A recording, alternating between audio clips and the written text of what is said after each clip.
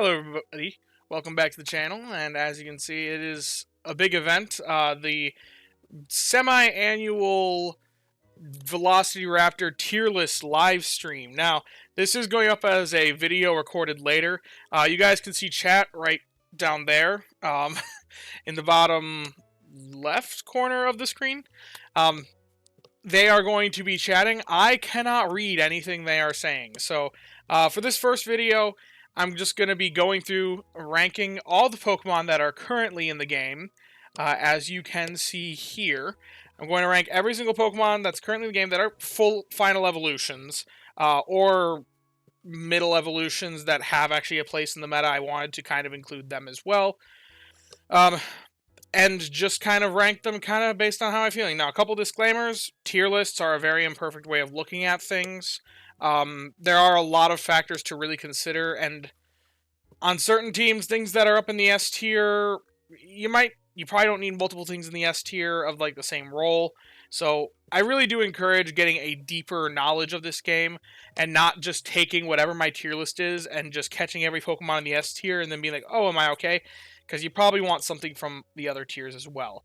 This is just going to kind of be my feelings as to the Pokemon's relative power compared to the general meta of the game. And I'm just going to rank it kind of based off of my feelings. I am a person who knows the numbers of this game quite a bit, I feel. I don't know everything necessarily, but I feel like I know a lot about this game.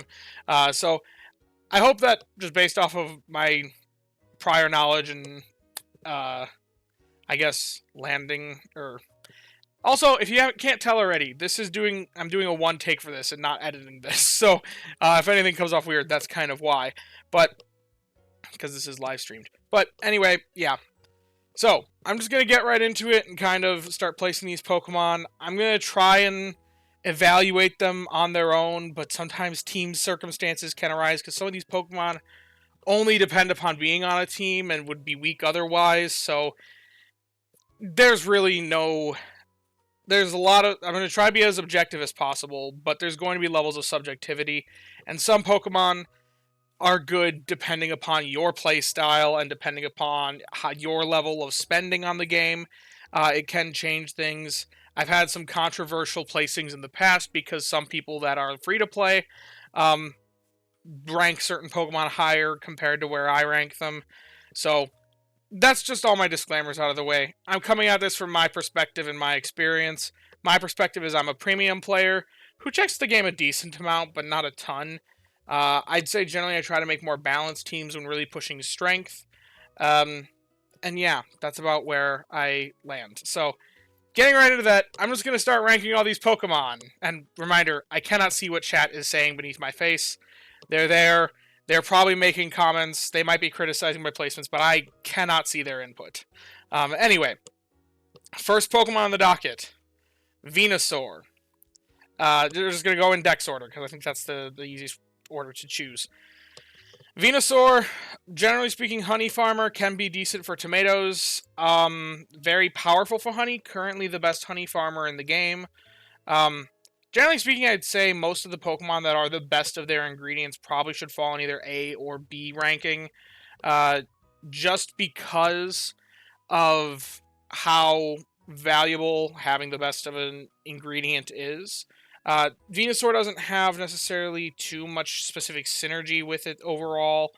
I think there's some stuff with potatoes and tomatoes, but that's B and C ingredients, so really you're looking at Venusaur for either tomatoes or honey. It's pretty outclassed for tomatoes, so really you're just looking for it for honey. It's the Honeysaur. Given that, I think I'm just going to give it... You know, I should have the recipes on hand. Give me a moment. Let me take a look, because the recipes do matter quite a bit, and I don't cook all the recipes. I have a selection of recipes that I have particularly a lot of synergies for, so I actually don't know what all the top recipes are by heart. Scary Face Pancakes and Cut Sukiyaki Curry and Claude's Sour Clairs all take honey. Those are 3 pretty solid meals, so you know what? I'll put it up in A tier. I think it's a solid starter. Charizard, Bean Sausage. Now, that's really like the name of the game with Charizard is Bean Sausage and Ginger, really are the 2 big things it's known for. And ginger has really fallen off. The best ginger meal is, honestly, I believe it's Zing Zap, which is like the 9th strongest meal. Granted, Zing Zap still has a place in some things, but it's not a very common choice. But bean sausage, on the other hand, is Katsukiyaki curry. Fallen off a little bit. So it's not terrible. It's not great. Now, Agron technically is better than it, but they're so close, they may as well be one. So we're just going to bean sausage, put it straight in A tier. Now, especially because Charizard ABA synergy with Inferno Corn Keema Curry, I think, is especially powerful. A lot of people think of this being the Pseudos land of Inferno Corn Keema Curry. Just get Tyranitar and Dragonite to make the meal. But actually, Charizard does that job better than Tyranitar, since it has better, like, ratios. It's closer to the right ratio if you have an ABA Charizard, and it's less rare than AAC like it is in the Tyranitar. So, Charizard, I think, has a lot of stuff going for it. We'll put it right in A tier. Blastoise as well. I mean, ever since they gave us Gratin, or however this meal's pronounced, it's pretty difficult to reach 41 milk a day. Like, we didn't really need a ton of milk until they gave us this. Apple Acid was the best thing, and before that, the best thing with milk was like 10 milk. So Blastoise stocks have really shot up through the roof as far as milk goes. But I also do want to point out with Blastoise Cacao... Oh, Clouds of Heart Claris. Forgot about that. That one also made a big difference. Cacao, though, also very potent and very difficult to get a good farmer of. So... And Blastoise can be used for that purpose, and it also has the unique synergy of its A ingredient. Synergizes pretty well with its B if you have the ABB spread. So, once again, I'm just going to put it right in the A category. Kanto starters, they did pretty well with it. I don't think any of them are particularly game-breaking, but they're all pretty solid. I guess I should probably kind of define what I think each one is. I didn't do that like I usually do. So, S tier, I'd say everyone can make good use of if they have a good one. I'll kind of define that at the start. Everyone can make good... I'll actually put it in here to make a note of... Everyone can make good use. In other words, if you have a good one of it, not a single person in the world has a box that wouldn't necessarily be enhanced by a good one of that. Now, there might be doubling up of roles, but as long as you have something that kind of fills the role that it does, you can probably make good use of it. A tier, I don't know how to define this. Like I said, this didn't really have too much planning going into it beforehand. It's mostly on the fly. But A tier, very good. Very good, but may not be needed. Yeah, that's how we'll phrase it. I guess S tier shouldn't necessarily be needed, because if you already have something that does what it does, then you don't necessarily need it. But it'd be... Everyone should have. But no, I'm not. I don't want to phrase it that way, because there are certain Pokemon everyone can use if good. That's how I'm going to leave it. Generally good. Generally good, but needs support. Because, yeah, you're not going to get a lot of strength out of Venusaur if you don't have something else for the other ingredients that are a part of that need honey. B tier. I'm just going to say good, but outclassed. But outclassed. Well, would be A tier. But outclassed in every... Close to A tier. But outclassed. C tier is the same as B, but but there's a wider gap. I don't know. Wider gap. Well, outclassed by B. That's what we'll say.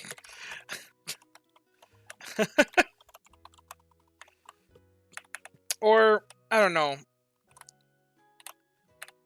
difficult to justify investment without great sub-skills. I will try to rephrase that later on, but for now I just want to get some sort of definitions in. D. Probably... I'll say very conditional to be strong. We'll kind of explain some of those later. And F tier, sub-skills cannot trump species. Generally speaking, there's a rule in this game that the sub-skills on a Pokemon can trump species, so if something's down in D tier, it can be better than something in S tier if it has better sub-skills in nature combo. If it's in F tier, I'll say that's the one exception, and there are very few Pokemon that fit that definition. In my last tier list video, I know that I pretty much said that that's never the case, that sub-skills always trump species, but my mind has changed since then. So I'm putting a special category for sub-skills cannot trump species in general. Anyway, back to the actual grading. I may change the boundary definitions if I feel like it, but anyway, Butterfree.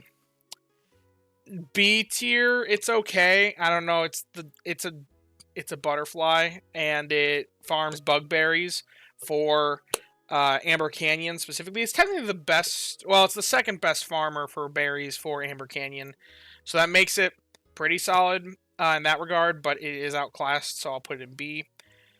Raticate, I'm going to say it's very conditional. Definitely it can be better than some of the other things in here, but like, it's a berry farmer for Snowdrop. It has its Energizing Cheer main skill, or not Energizing Cheer, Self-Recharge, which isn't really a great main skill on berry specialists. It's kind of like they're just not operating with a main skill with how widespread healers are in this game. So it's just not amazing. It needs to have some really, really, really solid sub-skills. Well, actually, I'll put it in C tier, because I think that it fits my definition better. It's not necessarily conditional to be strong. It just needs really, really great sub-skills. And I'll say the same for Arbok. Arbok's weaker than... I think Arbok's technically weaker than Raticate, but Arbok's at a better island. Just because of that, or Arbok has Favorite Berry at a better island. So because of that, I'm going to put it above Raticate. Halloween Hat Pikachu. I mean, it's actually pretty solid being a berry special. It's basically just weaker Raichu in every way, which I guess that puts it in B because, I mean, I'll just say this. Raichu. I think Raichu doesn't really need to... I think everyone can use it if you have a good one. Like a really, really good one. I think it enhances everybody's box. So I think that'll be our first S tier. And given that... See, here's where the problem with the definitions comes in. Because actually I feel like this is more A tier. Because it's more just one step down from Raichu. But, like, it doesn't really fit this definition. So, the definitions are loose definitions. Take them with a grain of salt. It's just something as a mindset thing for me. But I do think it's weaker than the Kanto starters, because having access to those ingredients, I think, is a bit more useful. Santa Hat Pikachu. Our first F tier, one of the few F tiers. Not only it's fixed Dream Shard Magnet, most of the fixed Dream Shard Magnet Pokemon are just never worth any kind of investment because they are far, far outclassed by even mediocre sub-skills on another Pokemon, which we'll get to later. Now, Clefable, I'm going to put this also solidly in C. It's at a worse island. It's got Favored Berry at a worse island than Arbok, but it's a decent amount stronger than Arbok and has a better main skill. So I think if you need Cyan Beach coverage, it's pretty great in that regard, but you need to have really solid sub-skills for Clefable to really shine. Kanto Ninetales is Well, it's good. It's definitely very good. I'm gonna put it in B tier right now, just because it fits this definition shockingly well. It's actually really, really solid, but I'll actually jump. Well, we'll get to that in later. But anyway, Alolan Ninetales, on the other hand, is going to be our second S tier. I'm sure a lot of you were not surprised by this. I've talked about it for a long time. I feel how Alolan Ninetales is a very underrated Pokemon by the community. The biggest problem with it is that its favorite berry island is Snowdrop, which actually, I don't know which one of these is better. I think Alolan Ninetales is a stronger Pokemon, but the fact that Raichu has favored berry at Old Gold Power Plant, which is way more valuable than favored berry at Snowdrop Tundra, I think makes these two... I could see it going either way between these two for where I'm going to rank them side by side. I think Alolan Ninetales' skill is just a little bit more helpful, which makes it more useful in a general sense than Raichu, because it helps with team productivity, but also it's more conditional, that if you're running Skill Specialist, you can't really get value out of it. So, I don't know, that's a tough one. I think the Snowdrop factor is just going to ding it a little bit more, and Raichu is going to go a little bit above the Alolan Ninetales. If I was accounting for my personal bias, Alolan Ninetales would probably be better, but that's just because I caught one with better sub-skills than any of the Raichus I caught, which is insane. That's comparing gold to platinum, really. But I think Raichu as a base species is more useful if you have a great one as compared to Alolan Ninetales. Now, Wigglytuff... Here's the thing. All of the Energy for Everyone Pokemon are going to... I'm just going to spoil this now. All of the Energy for Everyone Pokemon are going to go up into S tier. I can't justify putting any of them lower, because Energy for Everyone is just fundamentally broken. Now, you could make the argument that because Energy for Everyone, like, Wigglytuff is outclassed by Gardevoir, maybe it should go in a lower tier, because Gardevoir is just strictly better. But the thing is, their Energy for Everyone is so fundamentally broken and meta-defining for optimizers in this game that, like, it's the cornerstone of team building. You can't go without the Energy for Everyone healer under, like, any circumstance. So, just given how meta-defining and core and centralizing it is to optimization in this game, I can't justify putting it anywhere else. And so much to the point that Energy for Everyone is what makes some of these lower tier Pokemon worse. Raticate and Arbok, I think, could do better if we weren't in a such Energy for Everyone focused. If Energy for Everyone wasn't so strong, I think these two could be better. But a big thing holding these guys back is that they basically don't have a main skill, because they're run alongside one of these guys, and that makes their main skill just redundant. So that's how crazy good Energy for Everyone is. So all of them are going to go up here. All of the dedicated skills mons that are Energy for Everyone healers, it's just going to be about where I actually place them on their own. In fact, I think that Energy for Everyone is that powerful that it's going to go above Raichu. It's going to go above the Berry Specialist, because Energy for Everyone is just the strongest thing in the game. Nothing can compete. In fact, in past tier lists, I have always thrown in a separate tier that's above this one just to show that off, and explain that it is Energy for Everyone and that is fundamentally broken and it's kind of its own realm. But I don't want to do that because I am comparing to a ranking tier list average that I had you guys do before this. And for that portion, I think it's more easier for me and for you guys to compare if I do have just 6 tiers. So, that's where I'm putting Wigglytuff. Top of S tier, because it's Energy for Everyone. Dugtrio is a Pokemon that I never think about, if I'm honest. It's outclassed for tomatoes and outclassed for leeks. It just kind of exists. I guess there's like a situation in expert mode where it could be better than Quaquaval, where it could be better than Farfetch'd, maybe, with the right pull on expert mode. There aren't really... Are there any meals that use both tomatoes and leeks? I don't know. there's some sort of synergy like that. It can maybe give it something, but no, there aren't. I mean, it's alright for tomatoes, but there are a lot of other tomato options, which makes it difficult for me to really justify it, unless, once again, you have great sub-skills.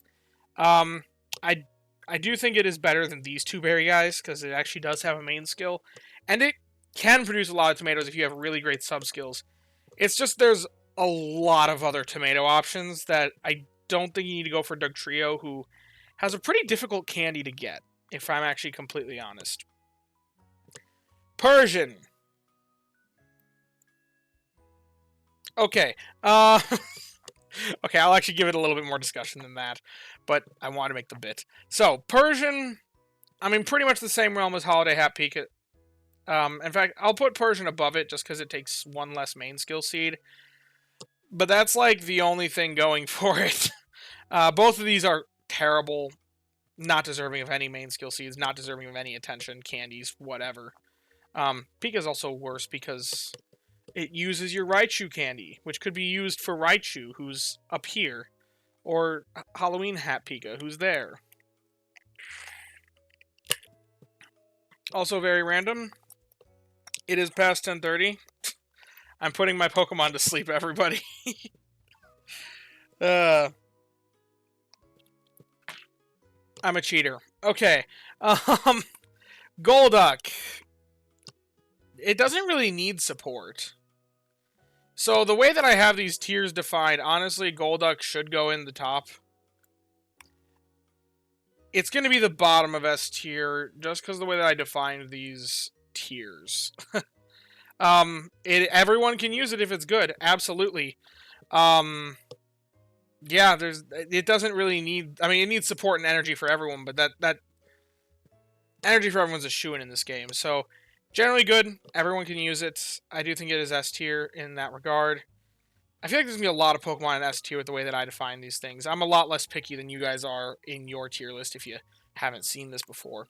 But I do think it's going to be the bottom of S tier. Primeape is... it's either top of C tier or bottom of B. I'm going to give it bottom of B for now. Just because, well... Actually, no, top of C. Because other Pokemon have kind of made it more difficult to justify investment in it. It's a berry specialist for Lapis, and there are a lot of options for that, so...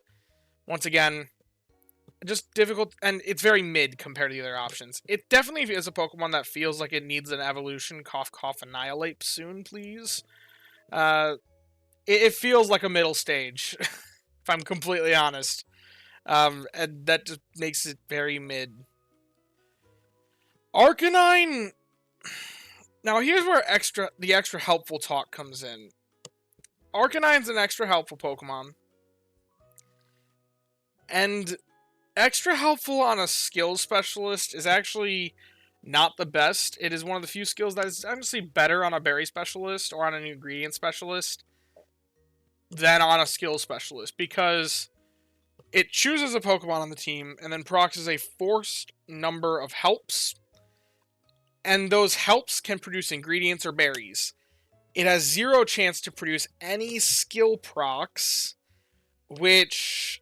means that if it procs on a skill specialist, it's kind of like it's just getting wasted for the most part. Well, Arcanine is in a spot where it's got that skill. It really wants Berry Finding S because of that. It's also ranks decently high on the Raptor Berry Finding S index. So it can make good usage out of Berry Finding S. So I can kind of put it down in D in the fact that it is very conditional to be strong. But I do think with Berry Finding S it can be good, so I'm gonna put it here for now, but my opinions on it are fluid. Given that it takes main skill seeds and these guys don't, I'm gonna put it below them. Victory Bell. I mean, it's a better tomato farmer. It's not the best, but it's better. Yeah, without thinking too much about it, I'm just gonna put it... I think it's better than Butterfree. Don't know why, but it's going there. Golem. Now, Golem is insane for soybeans. Honestly, if you've ever like ran calculations with a golem. It doesn't take a great golem to surpass the current meta calls for soybeans. It's shockingly good for it. I still don't think everyone can use a great golem, because once again, soybeans are kind of in a weird spot. The ninja meals. Oh wait, I don't have. What are all the soybean meals? It is in the top meal. Bulldoze, guacamole, and chips. So, I mean, I guess in that regard, it is in one of the top meals. But not everyone can make the top meals. And once again, it needs support because it needs the other ingredient Pokemon on the team. So I guess that puts it in A tier. Here's the thing that I don't like about the way I've defined this. The way I've defined this, it's just naturally going to be no ingredient specialist in S tier. But I feel like there are certainly some S tier ingredient specialists, so I'm just going to put an asterisk on both of these. Because there are going to be some that don't follow that definition, and I'm just going to say it right now. So there's an asterisk. I'll get rid of the definitions at the end of the video so we can just take screenshots of S through F, because really the categories are more just for me to help sort things out in my mind. But Golem, definitely, I feel like just A tier. Pretty good for soybeans. Soybeans are okay. Slowbro, very conditional. That is one that I will definitely say is very conditional. It's Ditto kind of beats it for tail productivity, but it's also less reliable. So I'd really say it is the best tail farmer, but tails are just pretty much a gimmick. So, probably don't really need a dedicated tail farmer. And what it's trying to do with Energizing Cheer is not the best anyway. So I'm just going to say it's conditional. Farfetch'd? Now, okay. I think this is the first Pokemon where I have to address the 16-pip problem. So, 16-pip Pokemon, that's for anyone who's like kind of a casual view, or someone who's just getting into the game watching this now. A 16-pip Pokemon is like a single stage, so they cost 16 friendship value points, or 16 biscuit value, whatever, to catch one of them. They're usually much rarer, and even when you do encounter them, you have to use more resources to catch them each time, and then because of that, they're more likely to get all full before you catch them, making them some of the most difficult hunts in the entire game. This is a severe, severe drawback, because if they are a more difficult hunt, you're more likely to settle for worse subskills, which, as we've discussed, subskills do make a bigger difference than species in 99% of the cases of this game. So, ultimately, Farfetch'd, amazing. I will say that. But the question here is, do I consider the 16-pip problem when making my tier list? And expense doesn't really feel right to me to include as a factor when making a tier list like this, because even though some Pokemon are very, very expensive, and that certainly decides what you hunt more so than other stuff, I think I'm going to come at this with the mindset of you already have it with the subskills in nature in your box. Should you invest?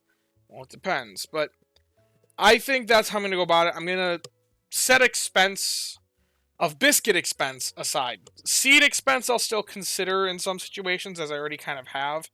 But for biscuit expense, I'm going to set that aside and just ignore the 16-pip problem, which is going to wildly change some of these Pokemon. Now, leaks, as of the moment of me recording this video, have actually fallen off a little bit. But there are still some very powerful meals that take it. I personally find this cut sukiyaki curry very difficult to make, but I also don't have the best farmers for some of these other ones. So there certainly are lots of situations to try to get a really, really solid league farmer. And Farfetch'd is just going to be the best at that. If there were better leak meals, I would put it in S hands down, because just nothing can even compete to the numbers that it can pull. But as of right now, the numbers for leak meals to begin with, there's just better options that are easier to make. It's easier to get a better avocado farmer, potato, milk, and oil farmer than it is to get this Farfetch'd, to get a Farfetch'd that can make that much. So, I mean, because it's pretty easy to get the Pokemon for this than it is to get the Pokemon for this, and the fact that this is better than this, I'm just going to say that it's only an A and not an S. But this is a very easy one to change depending upon the value of leaks. Dodrio is a lot better than I think people give it credit for. It's got the whole problem that Raticate and Arbok face of basically not having a main skill. And it is pretty outclassed by Feraligatr.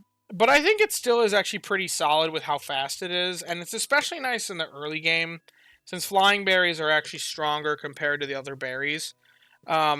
Earlier game than they are later game due to the linear curve of berry strength versus the exponential. So I think there's some extra value in that. But it's definitely outclassed by Feraligatr. I think it's better than Butterfree. I think. Yeah, it is better than Butterfree in terms of raw numbers. Butterfree definitely has a better island, but I think Dodrio is just enough better that I'm going to put it slightly above it. Gengar is a weird one because it's kind of a Pokemon that's more of... I feel like the best Gengars are the berry-focused ones, which is it's an ingredient specialist, so that's kind of weird. But maybe I'm biased in saying that because I have a very, very berry-focused Gengar. But it's okay-ish for mushrooms. It's okay-ish for herbs. But it's outclassed for both of them. It's outclassed for ghost berries even, which, like I said, it can be a berry-focused one. But I think just the fact that it does both decent and at a very impactful island, I'm going to put it in B tier. I do think a good Gengar can improve your box more than a good Dodrio. So I'm going to put it there. Now, Onix is a very weird case because it is our first unevolved Pokemon, and there are two of them in this list that I will actually go through. Onix is interesting because it is another berry specialist, this time for top. It's pretty solid. It has a very low ingredient rate, which makes it so that it doesn't need a sneaky snack to really work, and therefore can actually take kind of advantage of its main skill. But its main skill is also very random, being ingredient magnets. And it does kind of need that 2,000 hours slept with, which is a very hefty expense. In order to actually, like, truly unlock its power. And given that you can just make it into Steelix, which makes it powerful immediately at a much better island, in my opinion, I'm just going to say it's B tier. It's better than Dodrio. I don't think it's better than Gengar. Maybe that's wrong of me to say because it could be like on the same power level as some of these guys, technically speaking. But I don't know. The fact that you're giving yourself the opportunity cost of not having a Steelix, which is significantly better. Well, they're roughly the same numbers. They do the same thing. They're just different islands. You know what? I'll put it in A, actually, because that feels more justifiable. Where in A? I don't know. It's better than Golem. Yeah, we'll say that. Okay, I'm not spending too much longer on that. Marowak is a tough one. It's either top of F or bottom of D. I'm just going to put it at top of F. It's kind of straddling the line here, because realistically, I would say subskills cannot trump species, but if I was to compare a Berry Finding S, Helping Bonus, Help Speed M, Adamant Marowak, and it's got like Mono Ginger, and you're making a ginger-based meal, or a meal that takes ginger, then you know what? This thing's probably going to outperform a Berry Finding S, Help Speed M, maybe even with Help Speed S, Swampert, which is its biggest competitor. But if that Swampert has Berry Finding S, Helping Bonus, there's nothing it can never. So I think it theoretically can cause like the subskills to trump the species, but it takes so much that in practice I think it's just subskills cannot trump species when it comes to Marowak. So that's why I'm putting it down there. Now, Kangaskhan has the problem of Ginger. It's very outclassed by Tyranitar. But at the same time, and also Ginger is kind of meh to begin with right now. But I think, I don't know, it's just going to go there. It also can make potatoes, but there's a lot of other options for potatoes too, as I have come to learn the hard way over ages. Now here is one that I'm sure is going to get the comment section beneath the video blowing up on the stream here. Because this one is very controversial. There are some members of my community that are gung-ho for Mr. Mime, say it's like one of the best Pokemon in the game, OP. Primarily because of skill copy. I think skill copy is very, very fun. I think it's a cool concept.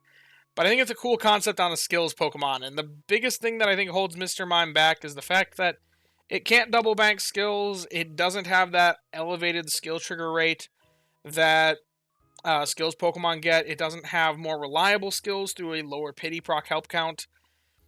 So I don't really consider it for the skill. The skill is cool.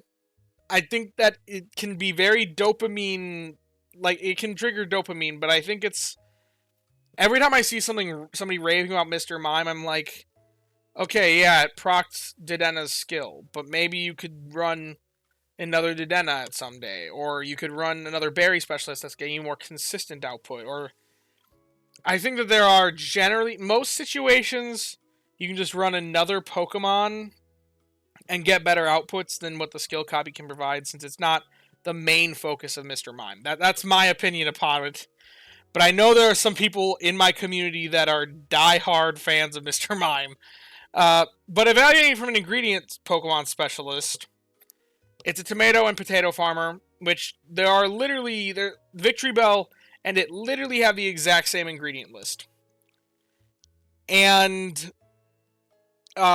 it's literally identical. Mime is slightly worse in the ingredient field, and they also have favored berry at the same island. So, like, other than the main skill, Mime and Victory Bell are basically carbon copies of each other, but Mime is just slightly worse with a different main skill. But the main skill, I will say, is unique enough and interesting enough, and Victory Bell's main skill kind of sucks, because it's... Well, actually, no. It's an ingredient specialist. Never mind. Charge Energy S is actually a pretty good main skill on ingredient specialists. But I do think skill copy is more valuable than Charge Energy, so I will put it as the better of the two, despite them oddly being basically carbon copies of each other, minus the main skill being the one big difference. So B tier is where I'm going to put it. I know that's going to be a controversial take with some of you guys out there in my community. Pinsir. Honey, apples. Honey and apples do have good synergy, I will say, amongst, at least as far as I'm aware. I guess I don't really know about the top meals. I haven't memorized the top meals yet, so let's see. If I just take a look at the honey. What's the first one that has honey and apples? Calm Mind Fruit Salad. This is actually pretty solid. It only has 49 ingredients, but the fact that it covers 2 of the 3 ingredients is pretty nice. Fruity Flan, now that's getting a bit down there for modern terms. So I guess they don't have the best of synergy. I could see honey and apples being a combo that comes back later on. Egg Bomb Curry is kind of funny. I'd never really realized this had honey and apples in a curry dish. Anyway, tangent aside, it's worse than Venusaur for honey. Way worse than Skeletor for apples.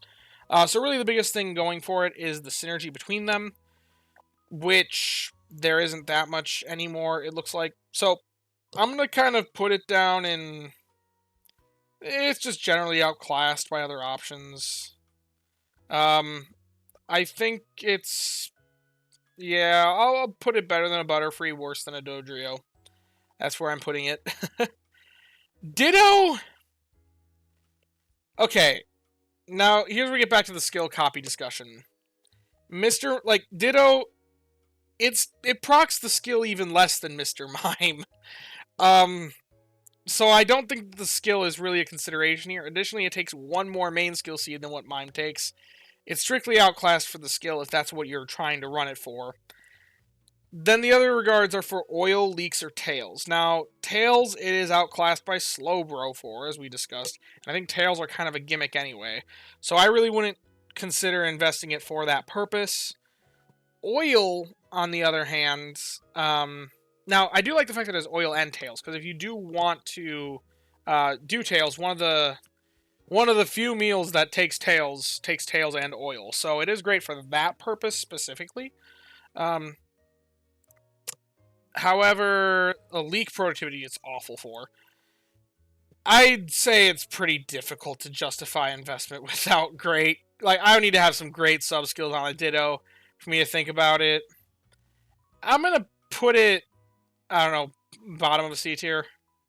I think I'd rather invest in Arcanine before I'd invest in Ditto.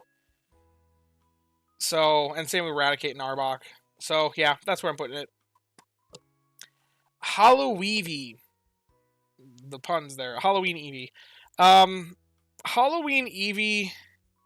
You know, I actually need to remember what this mon does. I think it's the first Pokemon where I'm going to ever... And probably the only one that I'll say that. I'm pretty certain it's a skills specialist. Just like regular Eevee. That produces Ingredient Magnet, if I'm right. But the one different thing about it is its ingredient list. But I don't remember its full ingredient list. I just remember that it has pumpkins at base. So... But I want to make sure that I'm right about that before I place it, because I'm not 100% sure. Yeah, it has pumpkins, cacao, and milk. So it has... Okay. Yeah, it's a skills mod with Ingredient Magnet S. Yeah, and it's got pumpkins, cacao, and milk is the one difference. So, I don't know. It seems pretty bad from the calcs that I ran way back when they released this thing. It's not great for the skill. And it's not making that many pumpkins because it's an ingredient. It's a skill specialist. It's not an ingredient specialist, so it's not really great for pumpkins either. You could theoretically maximize the main skill level and then get more pumpkins from that, and then get the pumpkins from the ingredient list as well. But as time goes on and they add more ingredients, they're just going to get more and more diluted. You'll start getting less and less pumpkins. It'll become more and more RNG. Very conditional to be strong. I don't think it's quite a bottom F tier, because, like, its Ingredient Magnet does proc enough that, like, yeah, I can see something for this, but I'm going to say it needs to be on the right team. I think it's less conditional than Slowbro, but, yeah, conditional. Now, Holiday Hat Eevee is in a weird class of Pokemon in that it is not a very good berry specialist. It's technically better than Raticate for berry output if it's got full energy, while also having a main skill of Dream Shard Magnet, which is a cool thing on non-Dream Shard Magnet skill specialist. I would love to see a great berry specialist with a Dream Shard Magnet. The problem is the berry specialists we've seen with Dream Shard Magnet both kind of suck. And that is the case for this Holiday Hat Eevee. I think it'd be cool if Dream Shard Magnet were on a berry specialist that was actually good at producing berries while also side producing some Dream Shards. That'd be pretty nice. But unfortunately, they haven't given us a great one.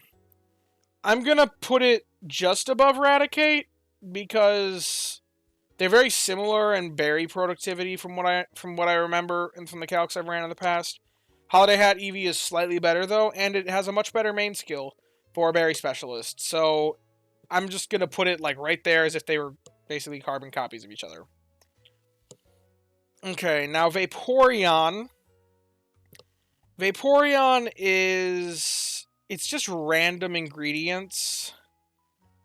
And honestly, like, it's basically on par with Heracross. Technically, Heracross has a slight productivity edge to it, but it's such a small difference, I consider it to basically be negligible. Now, Vaporeon... The problem here is they're random ingredients. I don't know how any of you guys can make good usage out of random ingredients other than, like, just as filler. Because usually, like, I play around the meal trying to make the same meal consistently. I think most players play around trying to make the same meal consistently. And if that's the case, just random ingredients is almost never going to be that beneficial because most of those random ingredients are just going to end up as a filler. Which, if you're just using it all as filler, then it's just worse strength than other Eeveelution options. and other Pokemon options on the team as well. So I don't really know what the usage is for ingredient magnet Pokemon, especially as more ingredients get added to the pool. It gets more watered down and it becomes even less reliable. So, honestly, I kind of want to put it at the top of D tier, because it's better than these two for sure. Well, it's also ingredient magnet as Eevee, so no, I don't even know if I could justify it with great sub-skills, unless I'm like intentionally building around the randomness. I'm just putting it there, because it's the best at what it can offer, but what it can offer is just too random and chaotic, for my liking. But some people swear by it. And well, okay. If it is just being used as filler, then in the end, it is just going to turn into raw strength, which for raw strength, there are better options. So you know what? I'll bump it up because of that. But that's assuming that you're using it as filler. And I do think that there are better... Like, I genuinely just think that anything that'd be good as a Vaporeon would be good as an Espeon, which makes it difficult to justify ever when an Eevee could become an Espeon. I guess you catch it as a Vaporeon, then okay. But I'm going to put it here and not think there and not think any further. C tier. Now, Jolteon's an interesting one as well. I think there's some things you can do with Raikou synergy, but most players don't have a Raikou, so I'm not really going to think about that too much. It really does need Berry Finding S to be usable as a Jolteon, in my opinion. If you catch a very skill-focused one, make it a different evolution. Because Jolteon just wants that Berry Finding S, like, above all else. So, because of that... Well, not to say because of that. I think it's got some potential, but it's outclassed for berries by Raichu. It's outclassed for extra helpful by Gallade, and I think it's outclassed by Arcanine. I don't remember that comparison exactly. So I'd say, once again, it's very difficult to justify investment on. But if you have the right Pokemon, then it can be good. I think that it's better than a Clefable, but worse than a Primate. That's where I'm putting it. And I don't have a specific reason for that, just based kind of on vibes. Okay, Flareon. Here's another one of my controversial takes that I've had in the past before, and some people have confronted me on. The Pod Expanders. Pod Expanders are weird, to say the least, in a sense that their value changes very heavily depending upon who you are talking to. If you are free to play, then I think there's a lot of value in the Pod Expanding Pokemon. Just because it can allow you to create the most powerful of powerful meals on the off weeks to level those meals so that you have that strength ready to go during the event weeks. During the event weeks where you want to push the strength as much as possible, and you're willing to run a good camp ticket to achieve that, and spend 500 of your free-to-play diamonds to get that. So, given that they have a usage... but ultimately, if you're just using the expanded pot as filler ingredients, it's not useful at all. There are much better options, and it doesn't require that you burn through ingredients like none other. The best uses for these is if you are using the procs to get to the next stage where you can now craft a new meal that wasn't previously craftable because of pot size. That's a very niche usage, and it's mostly used on accounts that don't have good camp to get active that often. Me personally, I have one, but I don't use it that much, because I usually have other things that I'm focusing on in the off weeks than leveling my meals. So, I don't know. I personally think it's pretty niche for me, but I can see a purpose for it for some people. Which is what makes it very difficult for me to place. I think for people that can make good use out of it, it would be kind of an A tier. Because it's generally good, but it does need some support because you need to be using the right ingredient Pokemon to be leveling those meals or getting that strength in the off weeks if that's your goal. But at the same time, for everybody else, or for lots of premium players who have access to a lot of good camp ticket access, more so than a free-to-play player. These guys, they're very conditional. They're conditional to be strong. And just given that I'm the one grading this, I'm going to put this where I personally feel about them, but I can understand that there is value in them outside of that. I'm going to put it at the top of D tier, because for me, it's very conditional. I have to almost kind of build the team around them for it to be useful. And most of the time, I'll just run a good camp ticket and then not have to use it. And then it's just kind of like, whatever. I don't need that. Now, Dragonites. Dragonite's going to be the first ingredient specialist up into S tier. I'm going to put it there. It is so astonishingly good for herbs and for corn. So there's like multiple different options. It also has the ABA synergy with the Charizard like we talked about earlier. And it even works well with a Berry Finding S build. Like Berry Finding S can work really solid for it. It's just a great Pokemon. And I do think that everyone can use a good one. Even if you can't make good use of the ingredients, it's got good berry output if it has Berry Finding S. So, Dragonite, just very solid. S tier Pokemon. Right up there. Meganium. Now, Meganium is in a weird spot, I'd say, also. In a sense that it used to be a top tier, for sure. But nowadays, I find it more and more difficult to justify investment or even catching Chikoritas, because it is so ridiculously outclassed by an entrance that we will talk about later, that it honestly is almost difficult to even think about hunting it if you've caught a good one of the other Pokemon that I'm referring to. So it's just outclassed. It's a good Pokemon, comparable to some of them that are in the higher tiers. Honestly, very comparable to Raichu for strength in that regard, but Raichu doesn't have quite the same sort of level of what the competitor for Meganium is. So given that, I'm just going to put it kind of... It's like in the same realm as Ninetales. Very, very solid, but definitely outclassed, making it more difficult to justify investment. Typhlosion is the one that made Ninetales go into B tier instead of A tier, so we're just going to put it into A tier, because that's kind of where... Well, I don't know. Actually, it's about the same strength as Raichu, but for top... It's the best berry specialist for top, aside from Onyx with a 2,000-hour ribbon. But that's so conditional and difficult to get. That's why I put it on an A instead. So, I'm going to put it right there. I think it's very, very powerful for top. So, if you want strength at top, get a Typhlosion.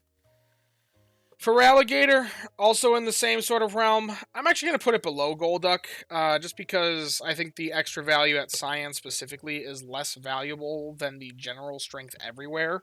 But still, a very powerful Pokemon, a very solid berry specialist. If you catch a great one, it's going to be good. Pretty much the best berry specialist of every island is probably going to be in S tier, or at least what I think is the best berry specialist at every island, because that's something very, very powerful in its own right. Now, Xatu is one that I wish was better, because if it was better, then I'd have a really good target for a long-term hunt for me. But unfortunately, they didn't quite make it with great frequency. So it is just outclassed. It's kind of mid. I think it's better than Butterfree for sure, and at a comparable island. Better than Dodrio for sure. I think I'd rather have a... Yeah, I think I'd rather have it than a Mr. Mime, so I'll put it there. Mr. Mime does have better synergies with Crest, I will say that. They both have Crest synergy. But once again, I'm not really going to consider Legend synergy too much, because most players don't have that luxury to think about. Ampharos is a generalist as well, similar to Golduck. I think Golduck and Ampharos really go hand in hand and are of equal power level. Technically, Golduck produces more strength if you're checking enough, but Ampharos produces more strength if you're not checking enough. So, depending upon your playstyle, impacts which one of these is better. But ultimately, I think either of these could be there or there. I'm going to put it there because I'm going to evaluate from raw numbers output and... for the most part, and put Golduck slightly above it. Ampharos has a better Favored Berry Island, but neither of them take advantage of Favored Berry all that great, because they're not the fastest, especially for their types. So, Yeah. Sudowoodo, also in the same realm, but a bit slower. I'm going to put it more in A because it's more general. It's even worse at its island because it is the slowest Pokemon in the game. But it is a Charge Strength M Pokemon, which is just everyone can use it. It doesn't really need support, but because it does have two competitors for like much greater options, this is going to be one where the definitions don't match so much. I'm going to put it down in A tier. I think it's worse than Golem, worse than Halloween Hat Eevee. Okay, it's actually worse than Meganium in my mind, even. And Ninetales. Okay, it's going there.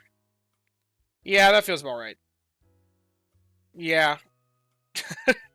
Even though they're actually pretty close in output as each other, but I don't know. It's just difficult to invest a Sudowoodo when there's that much stronger options. Very similar to Meganium. Meganium would be up higher if there wasn't something that would made it better. Or a better thing for the same role. Quagsire. Mushrooms. Once again, I need to look at the meals for this. Mushrooms. What all has mushrooms in it right now?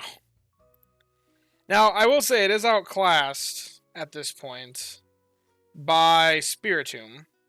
We have Roleplay Pumpkaboo Stew and Hidden Power Perk Up. Mushrooms have kind of fallen off. I think the best thing here really is the Roleplay Pumpkaboo Stew, even though it is weaker than the Perk Up.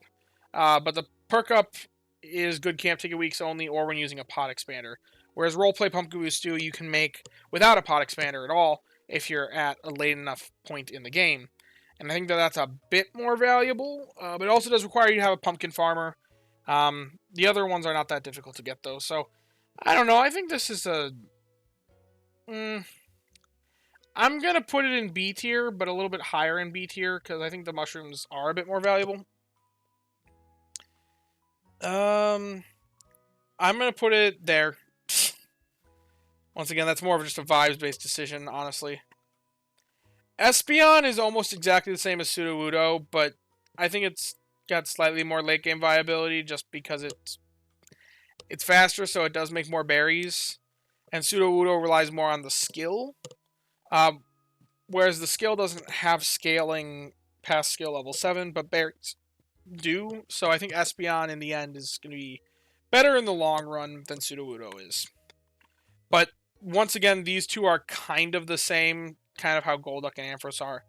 But these two actually have the same playstyle difference. So, like, they're kind of just the same with different ingredient lists. And berry type is the biggest thing. Umbreon! Umbreon's fundamentally flawed in many ways. Probably the worst Pokemon in the game, honestly. Because at least like these two, yeah, they're outclassed. Subskills can't trump species. But in the same sense, what they do is a very valuable thing in producing Dream Shards. So, like, at least they can do something. Umbreon, I guess, it's not the case that subskills can't trump species, because there actually is no species that do exactly what it does. But what it does is just kind of useless. I guess it's kind of intended to be an pseudo-energizing cheer Pokemon. But if that's how you're evaluating it, then it's really, really bad. Energizing cheer is just... like, the energizing cheer Pokemon can do better than it in that regard. So, and they're already not great. So, yeah, it's just bad. It's probably the worst Pokemon in the game. Because at least these guys can do something. Even if they are worse than everything else. Slowking is... I think it's, like... it's basically the same as Slowbro. I'm going to put it slightly above Slowbro because I think the energizing cheer aspect of it is a little bit more useful than the tail productivity portion of it. Just because spot healing has some value if you have energy recovery down nature Pokemon, but you're not using either of these guys as your main healer, so I don't know. They both kind of suck. But Slowking makes more berries as well because it's got a higher frequency. So I'm going to put it slightly above Slowbro. Now, Wobbuffet.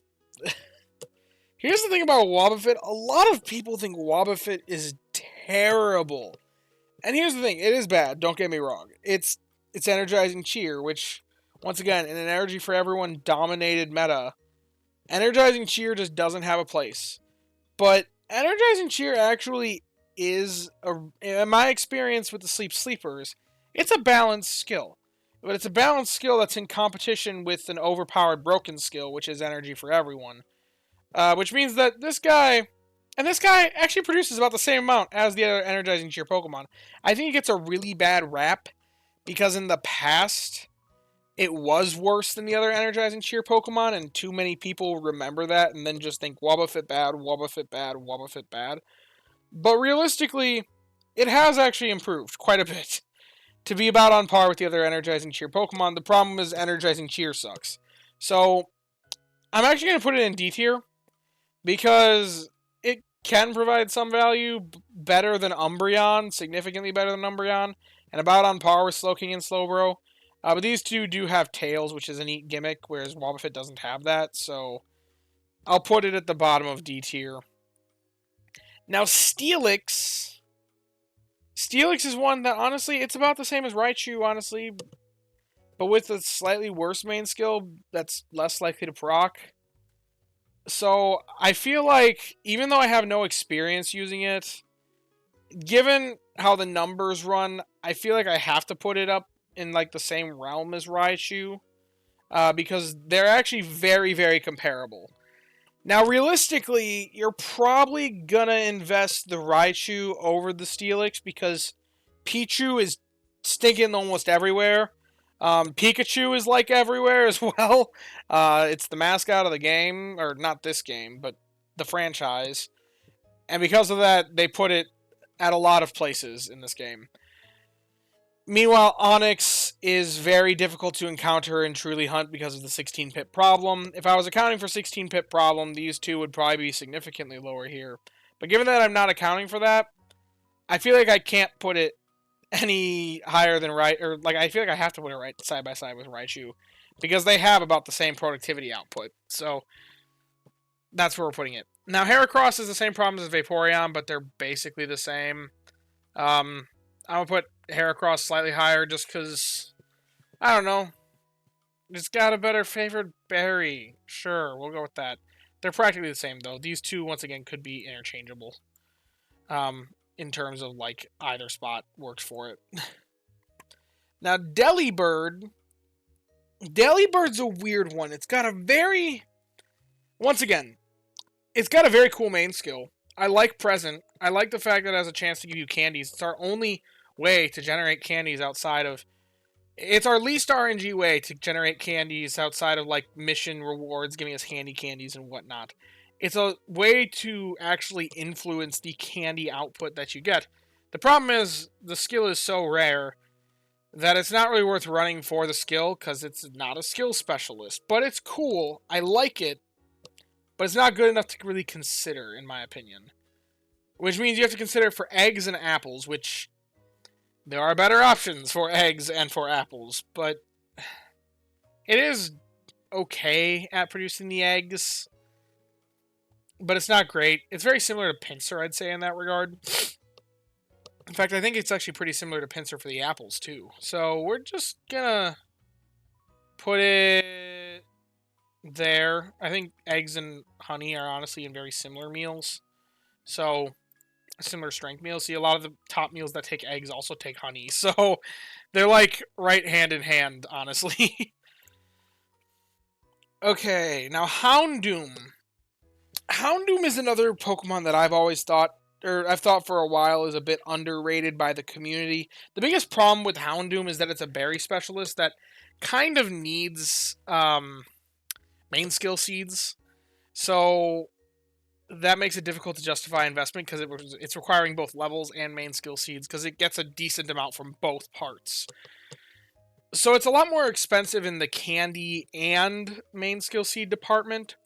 And it definitely is outclassed by like a Alolan Ninetales. But I think it actually is pretty solid. I think some people kind of think it's more in C tier, kind of alongside like the Annihilate, or... Oh, I wish. The Primeape. But I think it's a very solid Pokemon. I think kind of right here at top of B tier with these guys. I'll put it just above Espeon and Sudowoodo. Now, Blissey, here's where I'm going to give a little bit of a disclaimer as well.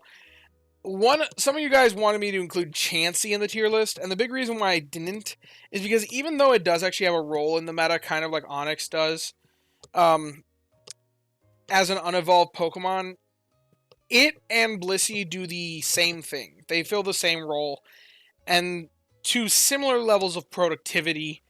And it's really just kind of more a personal preference whether you pick Blissey or pick Chansey.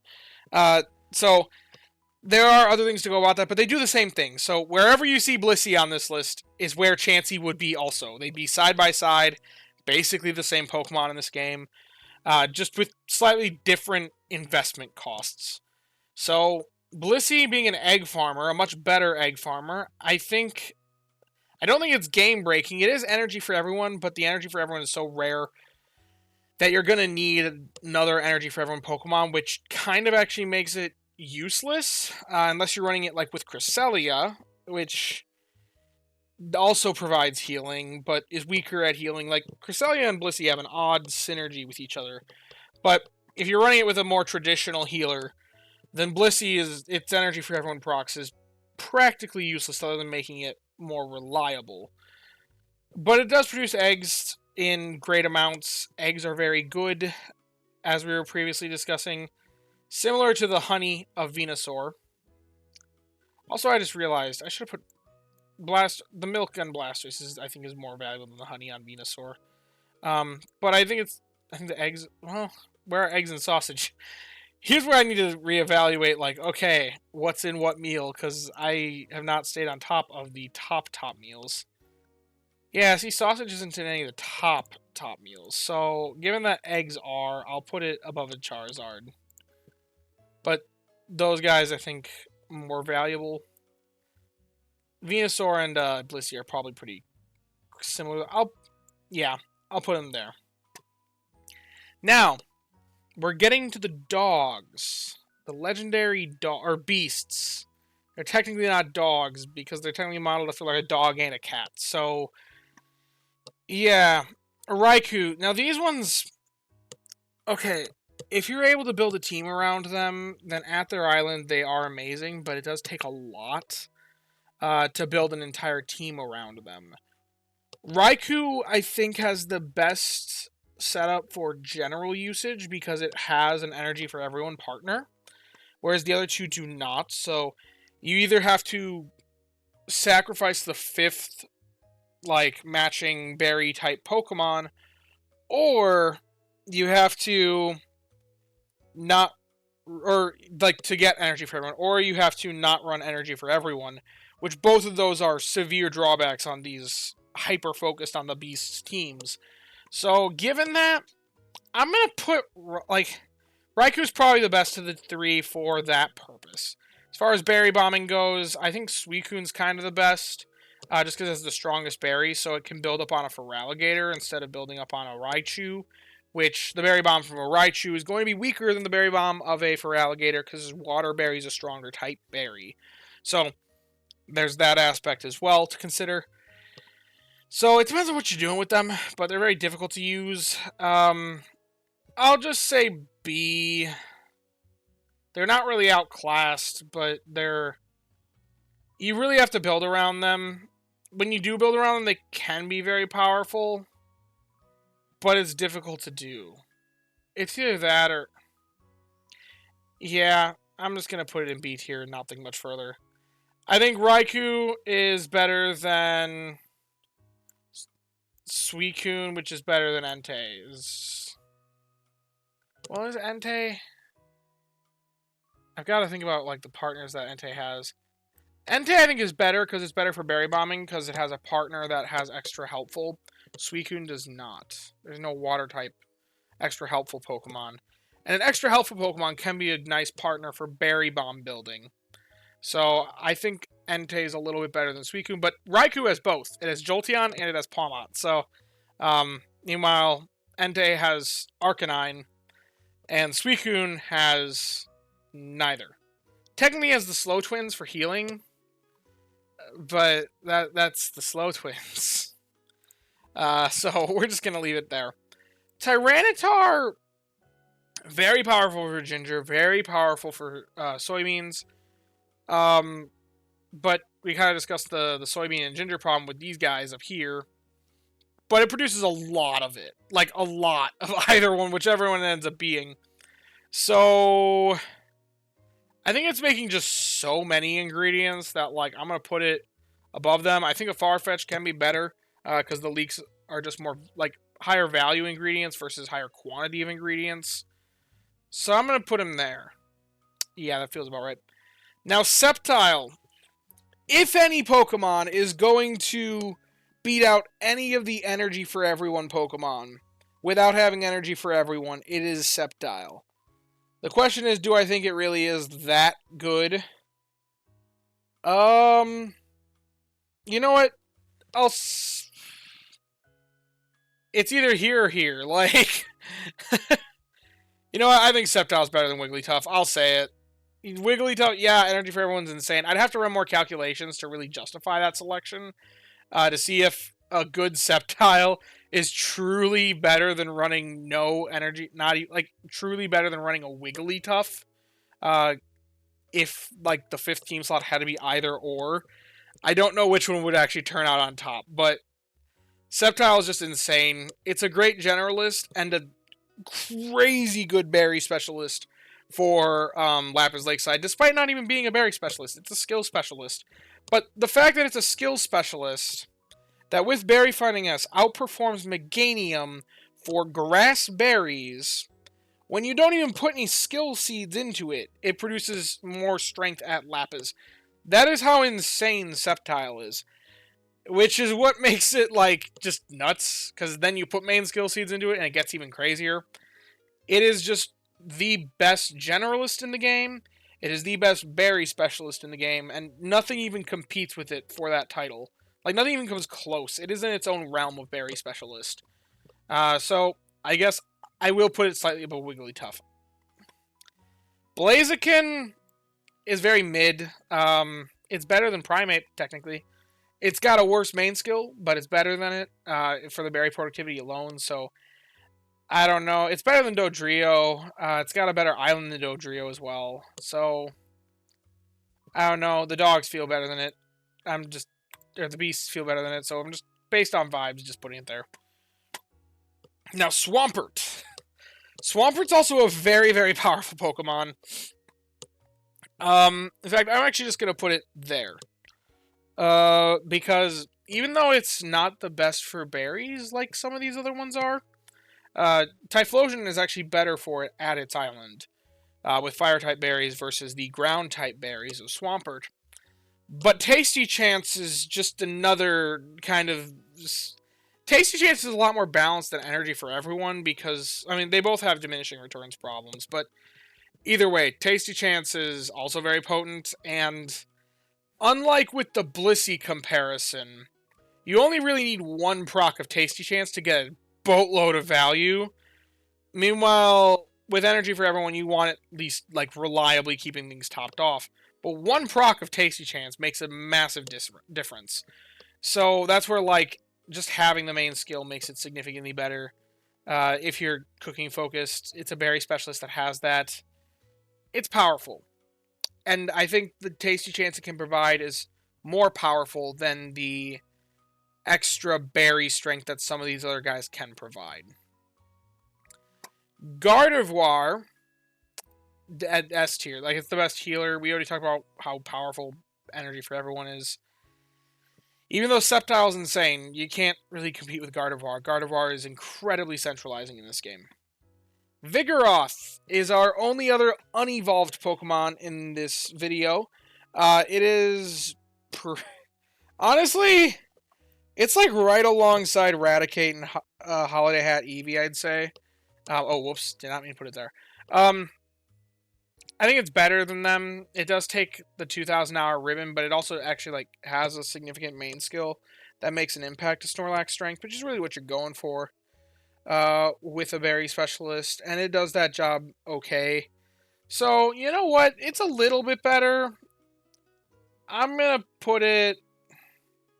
It is at a bad island, though. So, I think the tomatoes on Doug Trio is more valuable. But I think it's more valuable than the randomness of ingredient magnets. And it also has ingredient magnet. It's not very good for ingredient magnet. But either way, I'll just put it there. Slacking... Ugh. It kind of tries to be an ingredient magnet specialist, but it's not that great at it, and it technically doesn't have their specialty, so it can't double bank skills, while also filling its inventory faster. So it's got a lot of problems. I'd say it needs to be very, very conditional. Oh, but is it conditional? Yeah, it's not conditional, but it's certainly got the same conditions as the other ingredient magnet Pokemon, but this is going to be another one that doesn't necessarily fit my convention. I'm going to put it... I think it's more valuable than the Energizing Cheer, so we'll put it there. Now, Sableye is our first Dream Shard Magnet Pokemon. Now, Dream Shard Magnet Pokemon are ones that, in my past tier list videos, I think I was very unfair to. Well, okay, I'll take that back. I don't think I was necessarily super unfair to them. It's just, back then, the Dream Shard meta hadn't quite fully arose, because the amounts that you could get from sleep research was enough for most players. But we're starting to hit a point where the Dream Shard expense on everything is so high that some sort of Dream Shard Magnemon investment is almost a necessity for late game play. If you're early game, you don't need this. You don't need a Dream Shard Magnet Pokemon if you're early game. But also, it can do good. It's pretty good for the skill. It's not the best. It's outclassed, and it is 16 pip. But given that I'm not factoring in the 16 pip problem here, I think it's a nice solid A tier Pokemon. I'm gonna put it like... But I'd rather have a Sableye or an Onix. Honestly, right now, I'd probably rather have a Sableye, so I'll put it there. I still wouldn't recommend the hunt for it, though, because it does have problems. It is weaker than a cheaper option, so I wouldn't suggest it. But if you land the right Sableye, it can be very, very good for the Dream Shards. But once again, Dream Shard Magnet Pokemon are a very late game investment. It's the sort of thing that if you were to catch a great one, night 2, just keep it in your box and just keep playing the game as if it's not there. Never transfer it, but one day when you need it, invest it. But just keep it in the box, because they are very powerful later on. Now, Mawile is a bit of an interesting... The oil farming options in this game are very mediocre, but oil is very useful. And Mawile's technically the best at it if you're willing to invest main skill seeds. But it also does have a weird self-synergy in that it can actually self-provide... There's a salad. Which salad is it? I know it takes oil and corn. Oil, corn, potatoes, tomatoes. Yeah, green grass salad. It technically provides all these ingredients. It's never going to provide quite enough. But if you can just make it a couple times a day, that's like a lot of strength you're getting out of the Mawile. So I think it's got some potential to be very good. And it technically doesn't even need Pokemon to support it in a way, because it technically can make the meal by itself. It's just going to be pretty unreliable at making the meal by itself. So I'm going to put it in B tier. Oh, just where in B tier is my question. I'm going to put it just above Quagsire, because I think a good oil farmer is a little more important than a good mushroom farmer right now.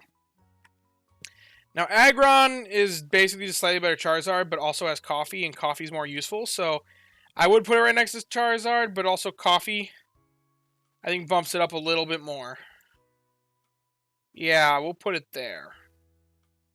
Well, I think the Milk of Blastoise is more useful. We'll put it there. Yeah, I've convinced myself of that. Now, Plusle and Minun gets to a weird territory.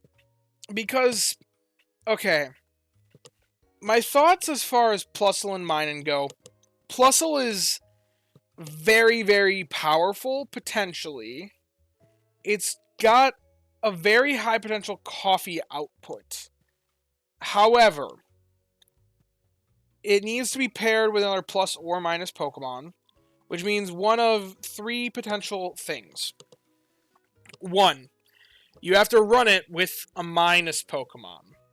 Now, minus, I think, is a very... It's in the same sort of realm as the pot expanders, where I ranked Flareon earlier, of like, it can be very good, but it needs to be serving the right purpose. In fact, I'll just rank mine now, because I feel like that's the same sort of thing. But it is actually pretty good for that purpose, exactly, for reaching those next ranks. Reaching the next threshold to make the next best meal. Plusle, on the other hand, you either need to run it with a Minun, which, if you're running, or minus Pokemon. If you're running it with a minus Pokemon, then you're looking to get the pot expansion from that. It's not worth it to run a plus Pokemon and a minus Pokemon if you're just looking for the plus Pokemon's bonuses, and you're not making good usage out of the minus Pokemon's pot expansion. If you're doing that, then you're basically running 2 Pokemon for the job of 1, which is just not worth it. So, because you can just run 1 Pokemon for the job of 1, with a Vikavolt, or, well, yeah, or maybe even an Aggron.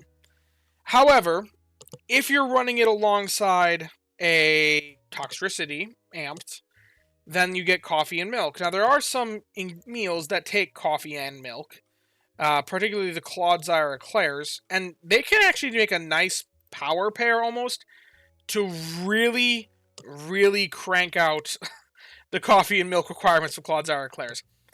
Amped form Toxtricity is really good at milk, and Plusle is really good at coffee.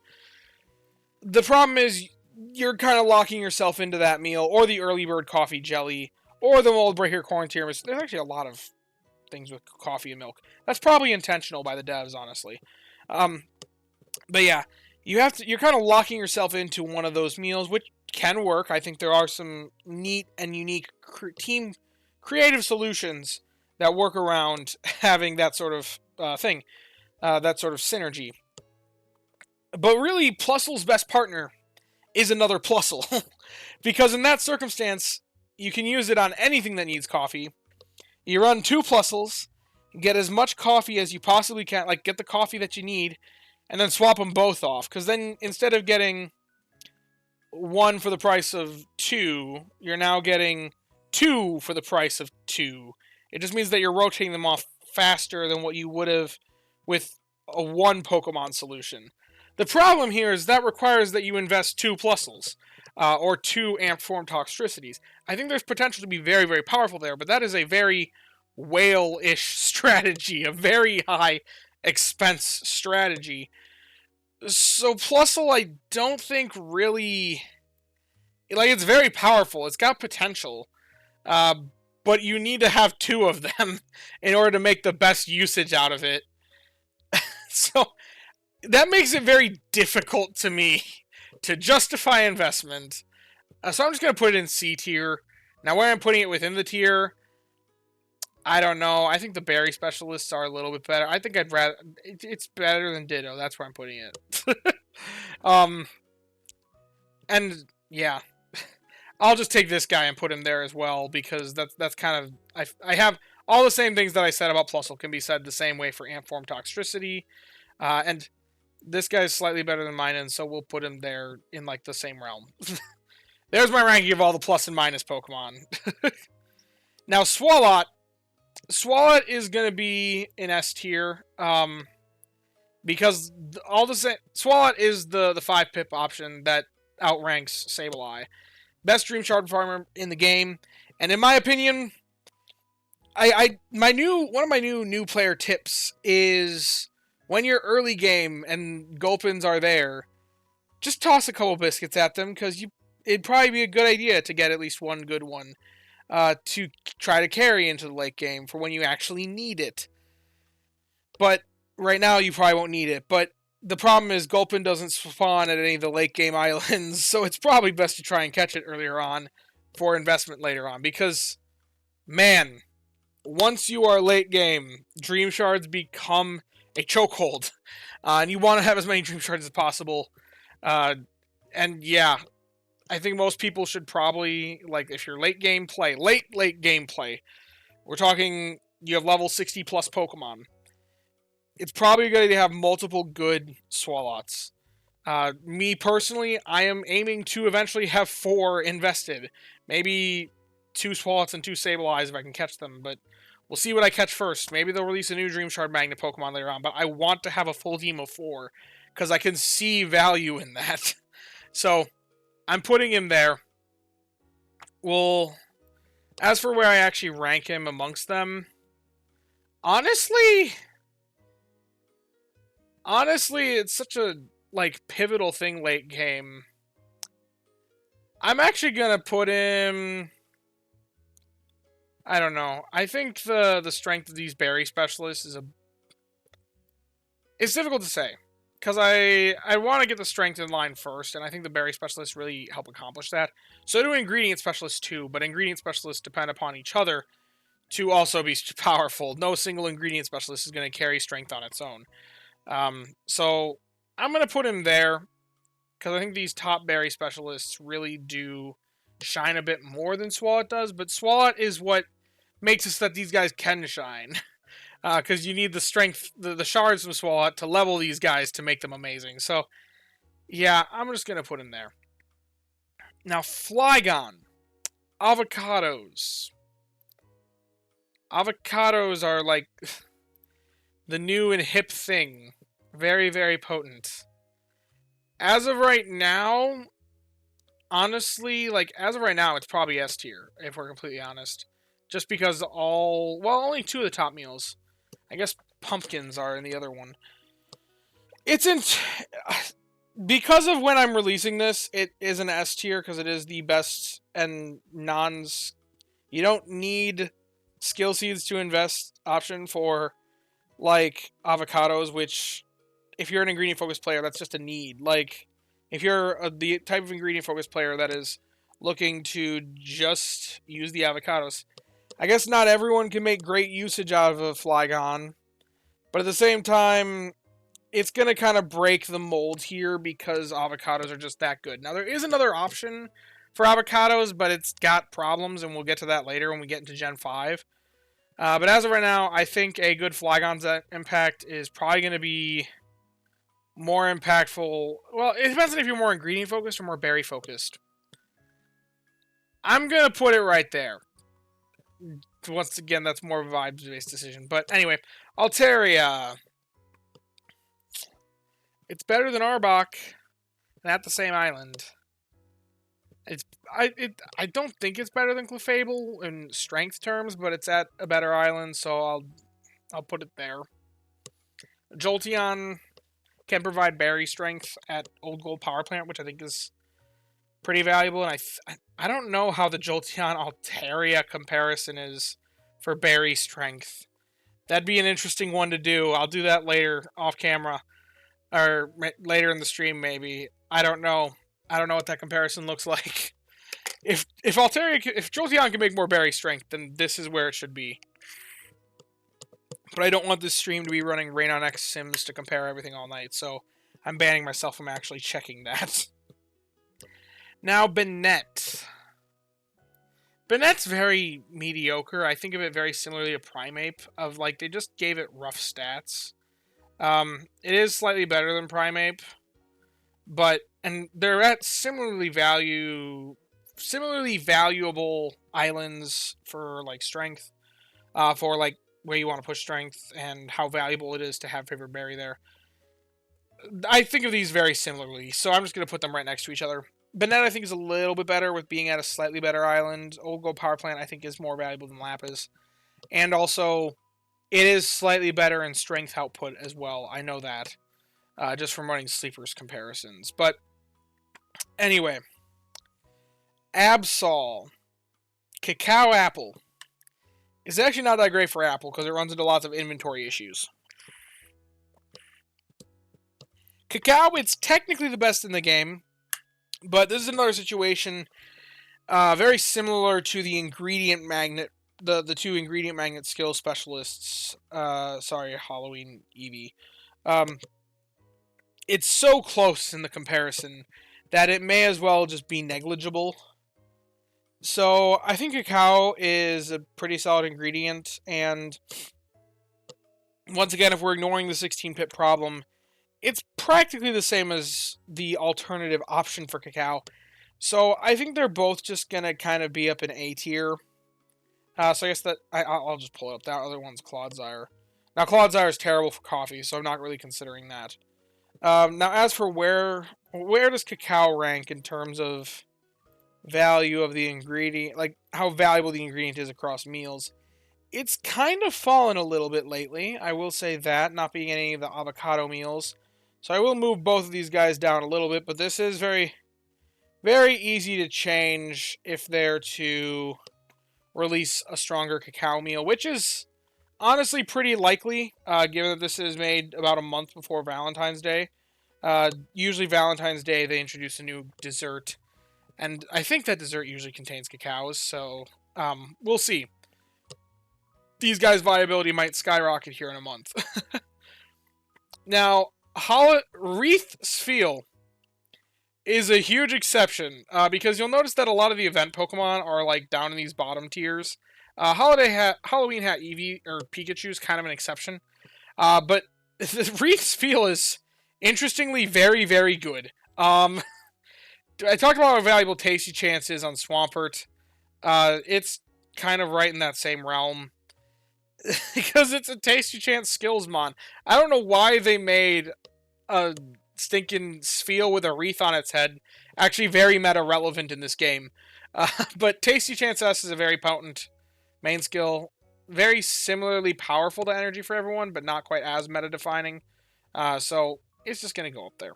Yeah. Walrein is generally good, but it is definitely outclassed. I feel very similarly to kind of how I do Meganium. It's just kind of... And Ninetales. And even, like...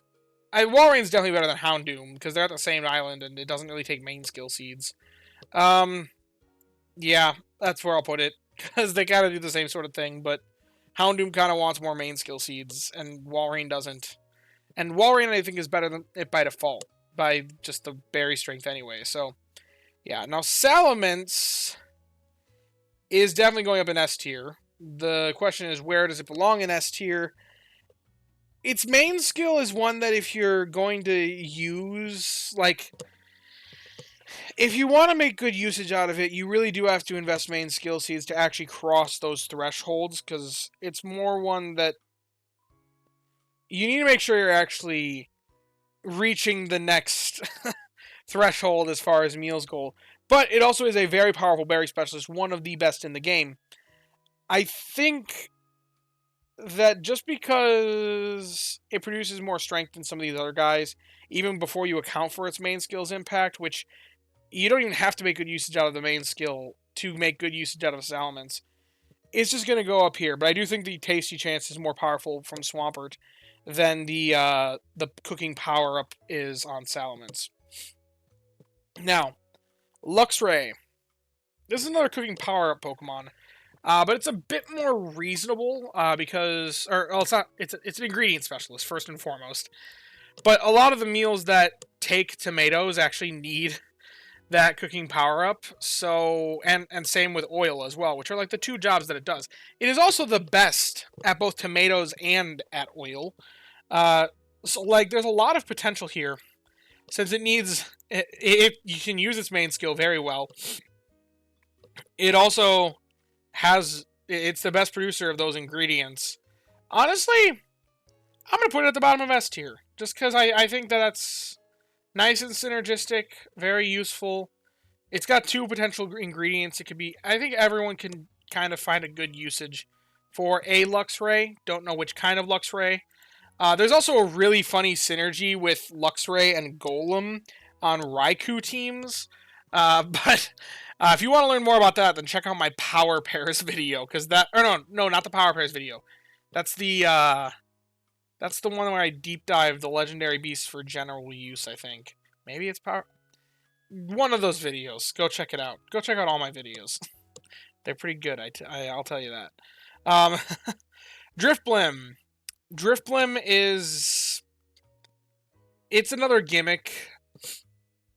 It's a fun gimmick, but from all the comparisons that I've run, it's Slightly stronger than some of the other charge strength options for sure, but it requires a heck of a lot more commitment to running Drifblim than anything else. So the commitment aspect of it just makes it difficult to justify it in my eyes. And we need to have very, very, very solid sub skills to be worthwhile for me to be willing to commit a single team slot to that Pokemon for potentially like 5 days. Well, okay, I guess a good Drifblim can pull like 6 to 7 procs in a day, maybe 8, depending upon. So, but that's also average numbers. You don't know what RNG is going to do to you. You don't know how long you're committing to holding that Drifblim on your team. And if you have to swap it off, you waste it. You waste all the stockpiles. So that is just, I don't like that aspect of it. I think it's more justifiable to invest than the plus Pokemon, since the plus Pokemon are some of the most the most expensive strategy in the game. But at the same time, like, this is like the most committal strategy in the game, so I'm just gonna put it down there. Honchkrow. Honchkrow is, I will tell you this, some of the most the biggest dopamine hits you can get in this game come from Honchkrow. Proccing the 20,000 Dream Shard proc. That is just absurd when it does proc. The problem is, it procs it so rarely that you're better off just running a Swalot by like a long shot. In fact, if you want Dream Shards, I think even Persian outproduces it for Dream Shards. The primary focus of Honchkrow's purpose is the ingredient draw aspect of it, which does make it a pretty decent coffee option. But really, the thing that it's trying to do is target the Hidden Power Perk Up Stew. It kind of has a nice spread for Perk Up Stew specifically, but it does produce one ingredient that doesn't go in there in the sausage. So because like it produces sausage when it doesn't go in here, so a lot of its procs kind of get basically wasted. I would be very hard pressed to be wanting to invest main skill seeds into something like this. I think I would invest Eradicate sooner than I'd invest a Honchkrow. So, in fact, I think I'd invest an Arcanine sooner than I'd invest a Honchkrow, honestly. But I think I'd invest a Honchkrow before a Drifblim. So, that's why we're putting it there. Now, Spiritomb, just better than Quagsire, better main skill, better... Actually, the main skill on both of them is pretty solid, because Energizing... The self-recharge is pretty good on Ingredient Specialists. But it's also technically better for the mushrooms, but they're so close. I'm just going to put it like right next to each other. Pumpkins make it interesting. It's okay for it's decent for pumpkins. And pumpkins are in one of the top meals, but do pumpkins and mushrooms have synergy? Here's a question. They do in roleplay Pumpkaboo Stew. So, I guess like an AAB option, or ABA is probably the better option for that. So there's some nice synergy there. You know what? I'll slide it up a little bit. Because there's some sort of things with the pumpkins. I'll put it there. I don't think it bumps it up a tier, but it's gonna go there. Now, Lucario. This is one that, it's a Dream Shard Magnet Pokemon, very similar to Sableye and Swalot, but there's a pretty big gap between the variable Dream Shard Magnet Pokemon and the fixed Dream Shard Magnet Pokemon, just because the main skill has more base productivity. Like, yeah, it's more random, but the median, or the average output from a single proc of the variable main skill is on average going to yield more Dream Shards than the fixed amount does. So that yields that over the long term, which is really what you're looking at with Dream Shard Magnet Pokemon, is the long term run. You're never in a situation where you're like, I need 500 Dream Shards now. Like, if you need that sort of thing, then you probably just wait and you might get like a Dream Cluster or something. Like, very rarely does that fixed amount actually like make that big of a difference, in my opinion. So, the fact that it produces way less Dream Shards comparative to these guys makes it very difficult to invest unless you can get one with really, really solid sub-skills. And Lucario is uniquely the only fixed Dream Shard Magnet Pokemon that, like, can come close to what the other, like, what Sableye and Swalot can get. But I'd be pretty hard pressed to invest in it unless it had some amazing sub skills. I feel like I'm more likely to invest a Lucario than a Honchkrow, but more likely to invest in Arcanine than a Lucario, so that's why I'm putting it here. Now, Toxicroak oil is like the main thing. I can go on the Mawile rant again.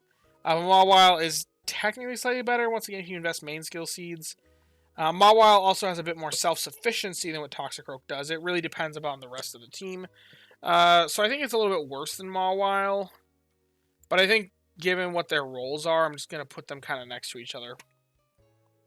Mawile can also do Corn, but it's pretty outranked for Corn.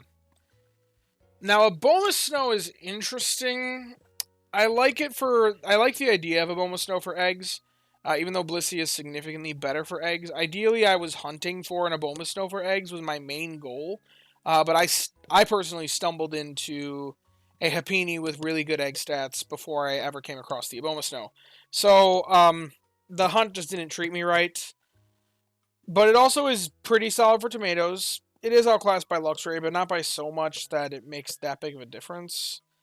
I think its main skill is just charge strength, if I'm right. I want to double check that, because this may be the tiebreaker that decides where it goes. I'm not 100% sure about Aboma Snow's main skill. It is charge strength variable. Yeah, there's a trivia fact I don't know I would have known for sure. Anyway, it's pretty good. It's definitely not as good as Blissey, but it's got some nice synergies, and I like that about it. So I'm gonna put it at the top of B tier. I think it's well. I would put it. Well, I don't know. This is a tough one for me between like these. It's gonna go in one of these couple spots, I think, but I don't know where specifically. I would be nice to it. We're gonna give it top of B tier. Now, Weavile. Weavile is very similar to Swampert. It's a little bit worse than Swampert for the tasty chance. It's got the 16-pip problem, but once again, I said I'm not considering the 16-pip problem here. So, it's not as good for berries as some more modern options, but it still is really solid for berries. I'm gonna put it. I think it's got a more valuable main skill than Salmon significantly, so we're gonna put them right there. Because Swampert and Weavile are kind of one and the same. Berry specialist with tasty chance is the big thing you're looking at there. So, okay, now Magnezone is better than Flareon, but Flareon, we already kind of discussed why it's down here. Magnezone has all the same issues going for it as Flareon does. Togekiss. Now, I talked about earlier how I hate randomness and how that's what draws me back on Ingredient Magnet. Now, this is even more random. This is just the randomest of random. So, I cannot even... I personally can't justify it, but you know what? It's fun. So, you know what? I'm going to give it something, because it is very unique, and it can pull some fun interactions that no other Pokemon really can, because of how random it is, and like what it can pull with the Legendary Beast skills. But it's more useful than the Energizing Cheer Pokemon, for sure.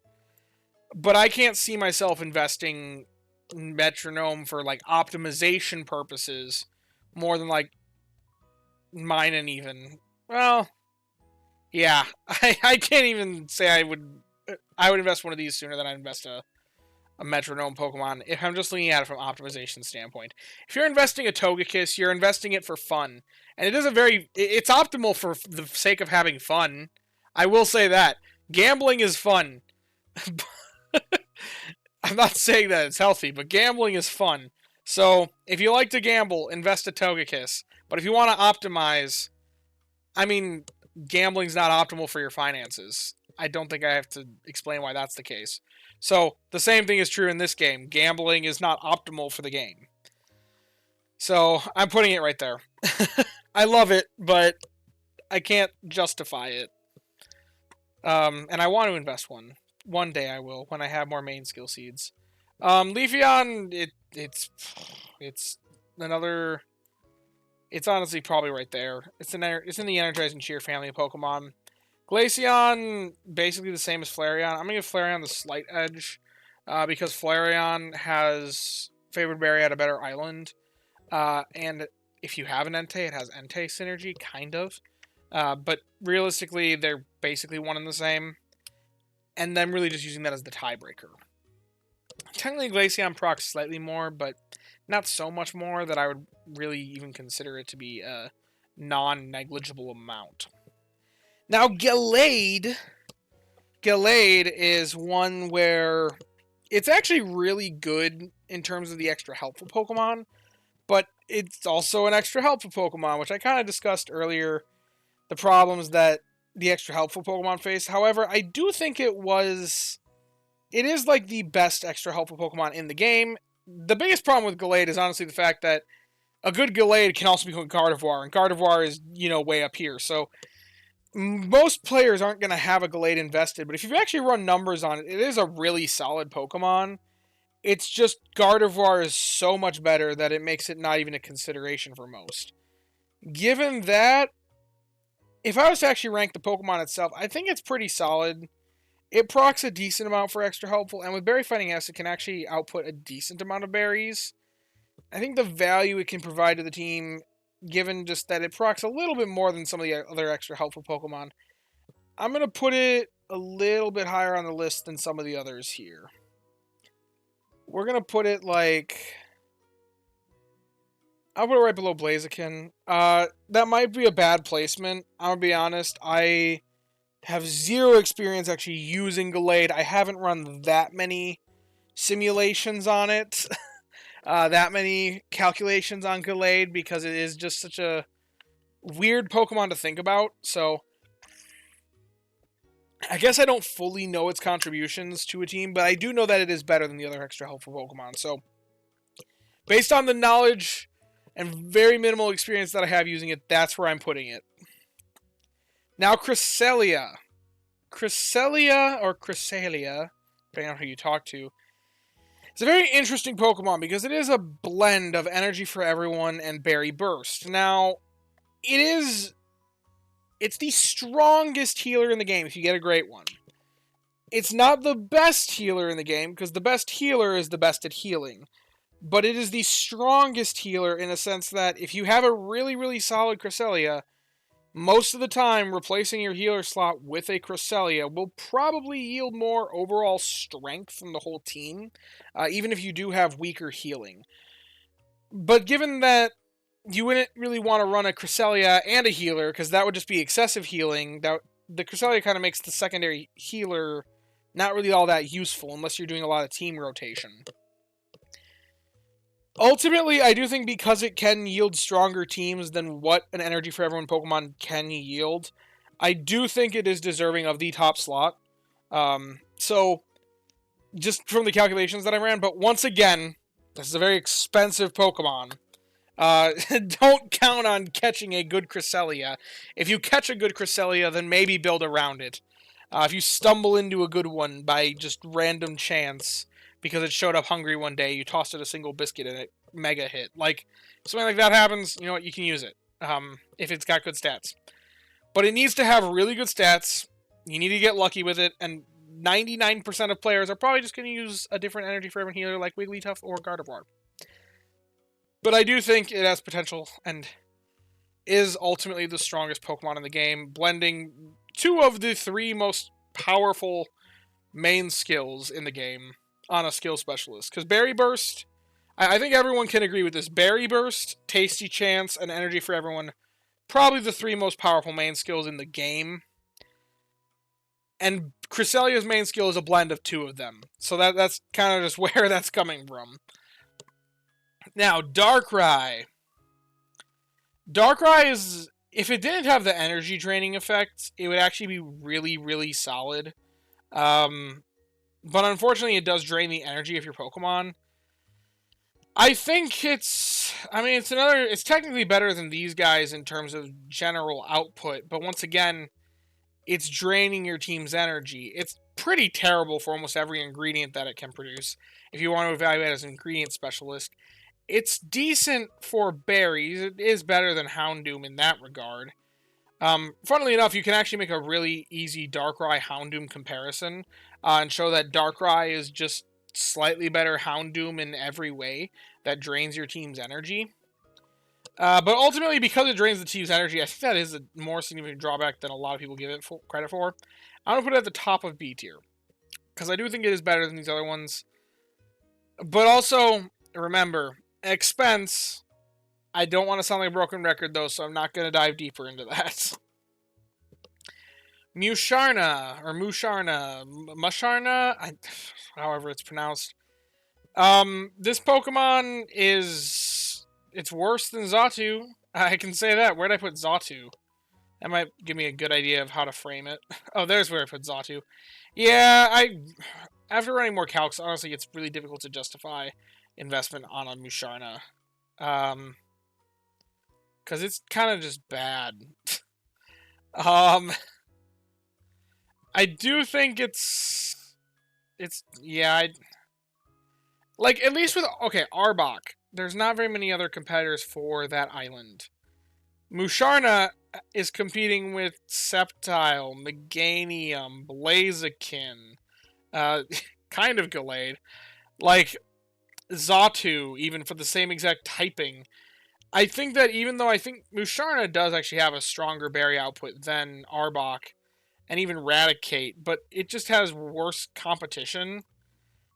Now, the Dream Shards on it, though, are kind of nice.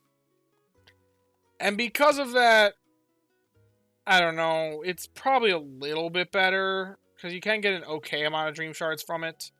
But if you want the Dream Shards, go for Sableye, Swalot, or Lucario would be better for that purpose. So, I mean, it's really just... It's kind of like a Lucario that just gets free berry fighting S, honestly. But a little bit worse. I'm going to put it... I don't want to think about it too much longer. I'm just going to put it there. Yeah, that feels about right to me. Okay, Crustle. Crustle's avocados are like the big thing with Crustle. But also Groton. I think that there's a lot more potential with Groton on Crustle than there is than a lot of people think about.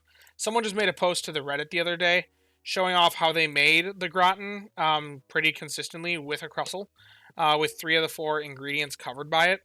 I think that's got a lot of potential strength, but you do have to build around it for that purpose.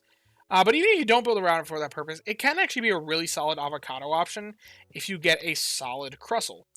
So I think it actually has the potential to be very, very good. But it also requires main skill seeds. It also is pretty difficult to build around if you're going for that Groton.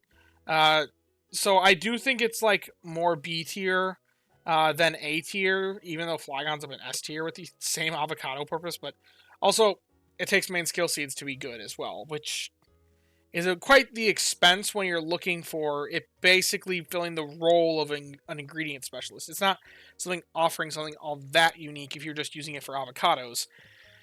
So, I don't know. I think it's got...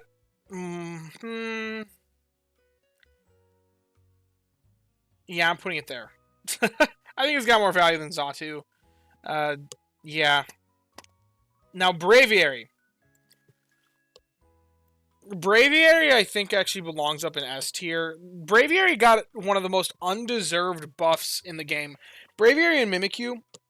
So, back when they released Sceptile, it was just better than Braviary. It was like producing the same amount of procs per day as Braviary, despite the fact that Grassberry is a stronger berry. Well, I think the devs kind of realized that making Sceptile so overtuned and insane was a bit of a mistake because it made the other Berry Burst options look worse by comparison. So then they buffed both the other Berry Burst options. When honestly, they were good mons before that point. They gave them that buff, and made them also kind of insane if you actually run the numbers. So Braviary, I think, now deserves to kind of be up here as well. I'll put it just below Typhlosion, just because I think Cyan Beach is a worse island to have favored berry at. But it certainly is very, very powerful. Now, they didn't overtune them quite to the extent of Sceptile when they made that adjustment, but they made them a lot better when they didn't need it. It was the most undeserved buff ever, because they just took these other things that were already good and just made them better because they introduced something that was like way up here. So yeah, that's kind of my thing about Braviary, and I guess that kind of spoils Mimikyu. So I'll also kind of shove it up here. Now, do I think Mimikyu is better than Raichu though? If you don't account for the 16-pip problem, there's another one where I also don't know the comparisons because I haven't necessarily ran it, all the comparisons to really know for sure. I think Mimikyu is a little bit more weird because of the whole crit mechanic. It's a little bit more unreliable in producing that berry strength. But it also, once you do crit, you probably don't want to use it because it probably is just weaker. So, given that's a bit more difficult to use, I'm going to put it between Raichu and... Well, they're basically the same. I'm going to put it just below Raichu and Steelix. That might be undeserved. It might actually belong up here. Once again, I'm not letting myself run calcs right now, because then this stream would be like 5 hours long. Sylveon! Basically the same as Wigglytuff. I'm not really going to dive further than that, but it takes one more main skill seed, so I'll put it right below Wigglytuff. Dedenne is better than Holiday Spheal, but Energy for Everyone is better than Tasty Chance ultimately, so... But also, like, these two do the same thing at comparable amounts, so yeah, we're just going to do that. Gourgeist. Pumpkins. Now, this is the real actual pumpkin producer. Spiritomb also does produce pumpkins, but less reliably. Pumpkins are pretty significant for pancakes, so for desserts, this is really solid. I'm just going to say A because pancakes are honestly kind of insane. We'll put it there. Okay, Vikavolt, Coffee. Now, Coffee has kind of fallen off a little bit, but it's still very, very powerful. I think there's a lot you can still build with Coffee, even though it's not in any of the top meals anymore. And a lot of people have the Vikavolt and have teams built around these meals because it hasn't been too long that we've gotten stronger meals. And a lot of people don't necessarily have the avocado farmer that's needed for the top meals. So I still think Coffee is great, but it's not as great as it once was. So it's going to just be an A tier instead of S tier. It is the single thing that brought Aggron up against Charizard. So I will put it more like... I think it's more impactful than what Tyranitar and Farfetch'd can provide, so I'll put it there. Now, Beware. The big thing with Beware is Corn. Now, Corn is one that has really fallen off. It used to be like the new hip thing. Nowadays, we're in like the Avocado Pumpkin era. When Old Gold Power Plant was released, we were kind of in the Coffee era. Corn was the Lapis Lakeside era when it got released. And it's kind of coming back with Bulldoze Guacamole. But that's really the biggest thing that's influencing it. But also, Dragonite kind of does this better if you aren't investing a mono one. But also, there are more options for Corn than there once were. More viable options for Corn as well. Specifically Mawile. So, and also, how often are you going to Lapis Lakeside to get the candies for Beware? It's a bit difficult to invest. It's got some problems. I'm going to put it like there-ish. Yeah. I don't really know why, but I'm going to put it there. Okay, now Comfey. Speaking of other corn options, now this is not a good corn option, though. In fact, I would have to just land like the perfect Comfey to consider it at all. I think I'd actually consider it less than like Amp Form Toxicity and Plusle. But I think I'd consider... Well, no. I think I'd consider Ditto more than a Comfey. So that's... Yeah, I think I'd rather invest a Ditto than I'd invest a Comfey. So yeah, I'm just going to put it there. Now, the newest little mouse on the block, Togedemaru. I love Togedemaru. He's adorable. He's a cute little spike ball. but he's got such a cool main skill that has so much potential. But this is like the definition of a potential mon, I feel like, because Nuzzle is interesting. Don't get me wrong. I think, but I think the devs have like this crazy fear that forcing main skill procs is just going to be unbalanced and break the game, because it can force Darkrai to proc more skills, or it can force the Helper Boost beasts to proc their skills more. These Pokemon that are based around having a low proc rate, suddenly being forced to proc their skill makes it kind of seem broken. So they like super balanced it in a way that they wanted to like make sure that it could never be broken, and in doing so they just made it unusably bad. I have run so many calculations on this thing trying to come up with a way. I've seen people try to come up with explanations of how to use Togedemaru optimally. I've seen people try to make things, and none of it has ever convinced me, because there are just the comparisons of like, but what about Mime? Mime does the job better, and it's an ingredient specialist. As far as the skill copy aspect of it, Energizing Cheer is basically a wasted skill in the game right now, as you can see by the presence of all the other Energizing Cheer Pokemon that are dedicated skill specialists for that. So the skill copy effect of it, that's supposed to be the secondary effect, is just bad on Togedemaru.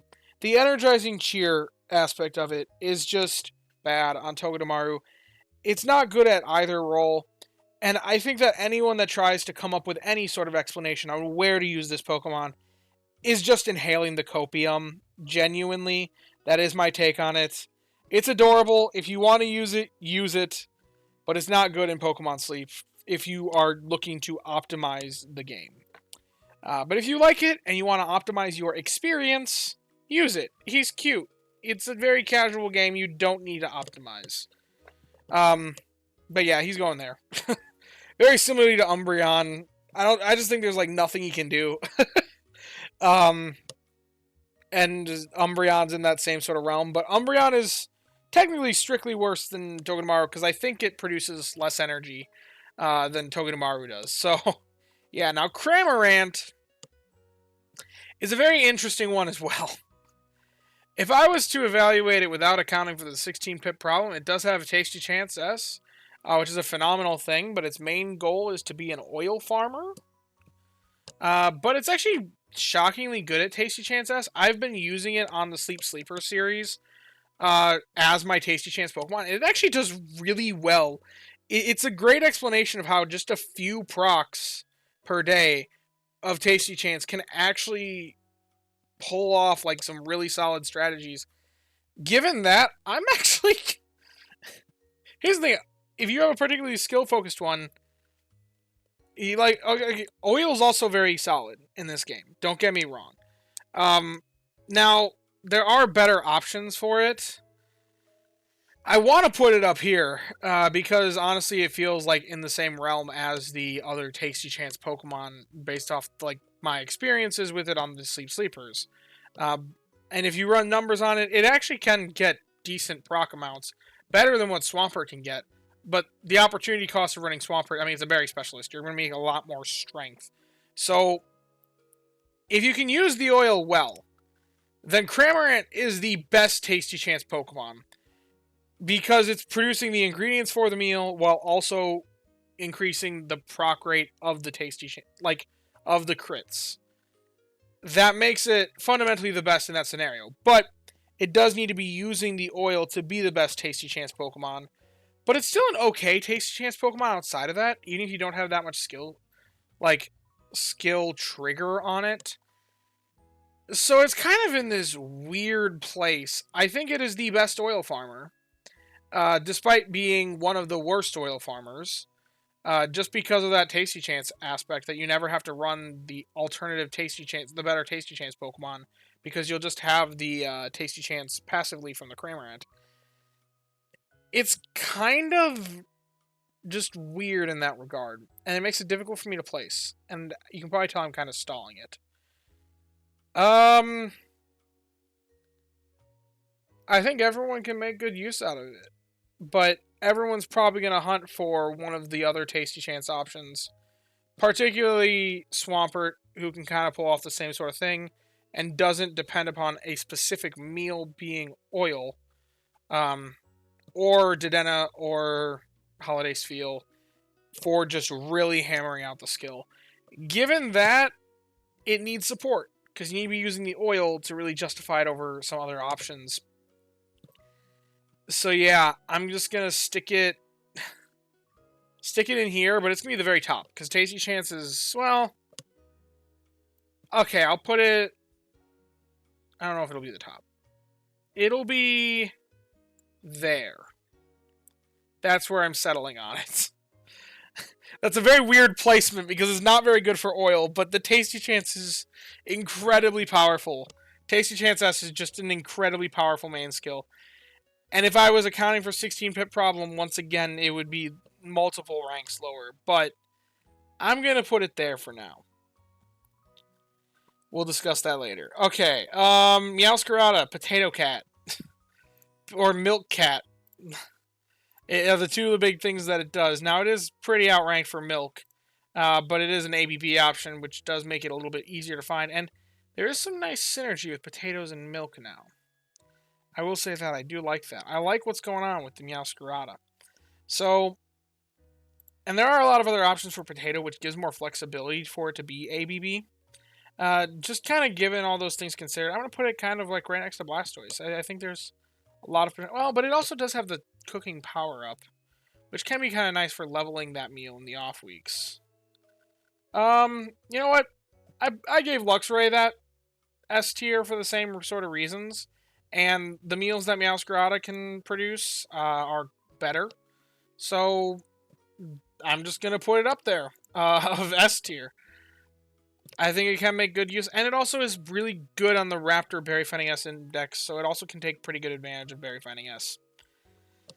Now we get to Skeledirge. For anyone that watched my last video, my last tier list, this has probably been a long-awaited moment, is when I get to Skeledirge.